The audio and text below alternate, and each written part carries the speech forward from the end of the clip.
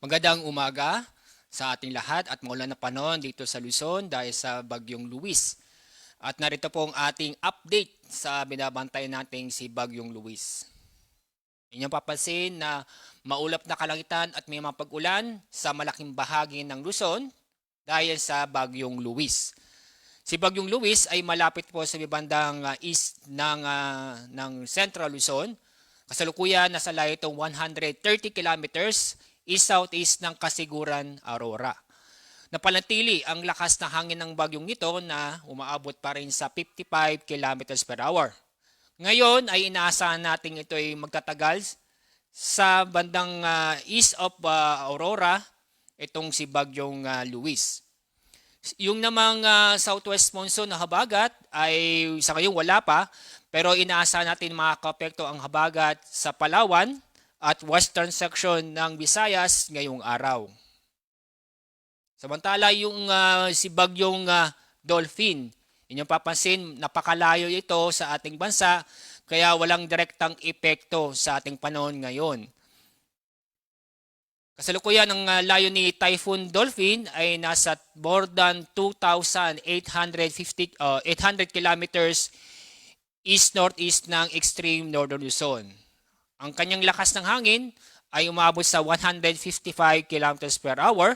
Inaasahan itong kikilos west-northwestward o generally westward sa bilis na 25 kilometers per hour. Ang kanyang forecast track nitong si Dolphin ay dadaan dito sa may bandang generally westward at dadaan sa may north ng northern boundary ng PAR. At maaari po sa Thursday o Friday na dito na ang Bagyong Dolphin. Ang tanong kung ito ipapasok sa ating PER, sa ngayon mababang tsansa pero hindi natin sinasabi ang posibilidad na pumasok sa PER itong si Bagyong Dolphin. Pero dito muna tayo sa Bagyong Luis. At ito ang ating forecast track ni Bagyong Luis. Ganun pa rin ang giging track niya, recurving ang Bagyong Luis. Pagdating ng Miyerkules, inaasahan natin na magiging low pressure area. Sabihin hihina ang bagyo at magiging low pressure area pagdating ng Miyerkules, August 5. Inyong pansin, dito sa may Northern Luzon, may posibilidad na mag-downfall ang sentro ng Bagyong Luis mamayang gabi o bukas ng madaling araw. Balik po tayo sa satellite ni Bagyong Luis. Isa pang impormasyon na si Bagyong Luis ay tinatawag na naka-sheared. Sabihin ay yung upper part ng bagyo ay nasa bandang kalupaan na, pero yung lower part ng Bagyong Luis ay nandito.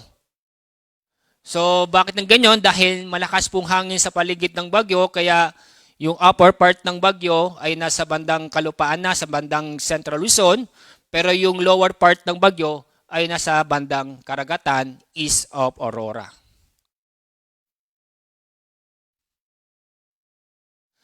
Ito na po yung mga lugar na sa ilalim ng wind signal number 1.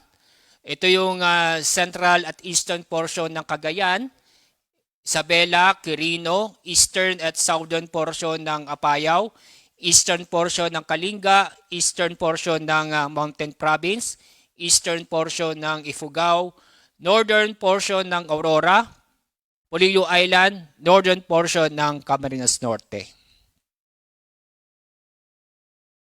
Ngayong araw may inaasahan tayong malalakas na pag-ulan.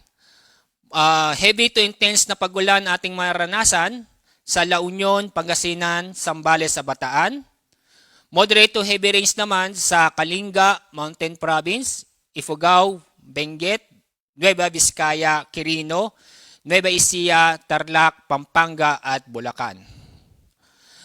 Bukas may inaasahan pa rin tayong heavy to intense na pag-ulan sa La Union, Pangasinan, Zambales at Bataan. Moderate to heavy rains naman sa Ilocos Sur, Benguet, Nueva Vizcaya, Quirino, Aurora, Nueva Ecija, Tarlac, Pampanga, Bulacan, Rizal, Metro Manila, Cavite, Batangas at Occidental Mindoro. Sa araw ng Miyerkules, August 5, binasang pa rin Heavy to intense na pag-ulan sa Zambales, Bataan, at Occidental Mindoro. Moderate to heavy rains naman sa La Union, Benguet, Pangasinan, Nueva Ecija, Tarlac, Pampanga, Bulacan, Rizal, Metro Manila, Cavite, Laguna at Batangas. Kaya sa mga kababayan po natin sa mga nabanggit ng lugar, mula ngayon hanggang Miyerkules may nasang malalakas ng pag-ulan. Mag-ingat po tayo at maging alerto dahil sa posibilidad na magkaroon ng pagbaha o pagguho ng lupa. Sa ibang lugar na kung saan ay walang direktang epek ng bagyo, ay makakaranas ng malalakas ng hangin ngayon at bukas sa malaking bahagi ng Luzon at Visayas, Lanao del Norte, Misamis Occidental, Camiguin, Surigao del Norte, Dinagat Islands, Sarangani, Davao Occidental at Davao Oriental. Sa Miyerkules, may naasam pa rin malalakas na hangin sa malaking bahagi pa rin ng Luzon at Visayas, Zamboanga Peninsula, Northern Mindanao, Dinagat Islands, Surigao del Norte, Agusan del Norte, Davao Occidental at Davao Oriental. Yan po ang ating update sa binabantayang Bagyong Luis. Mula sa Pag-asa, ako po si Alzar D. Aurelio.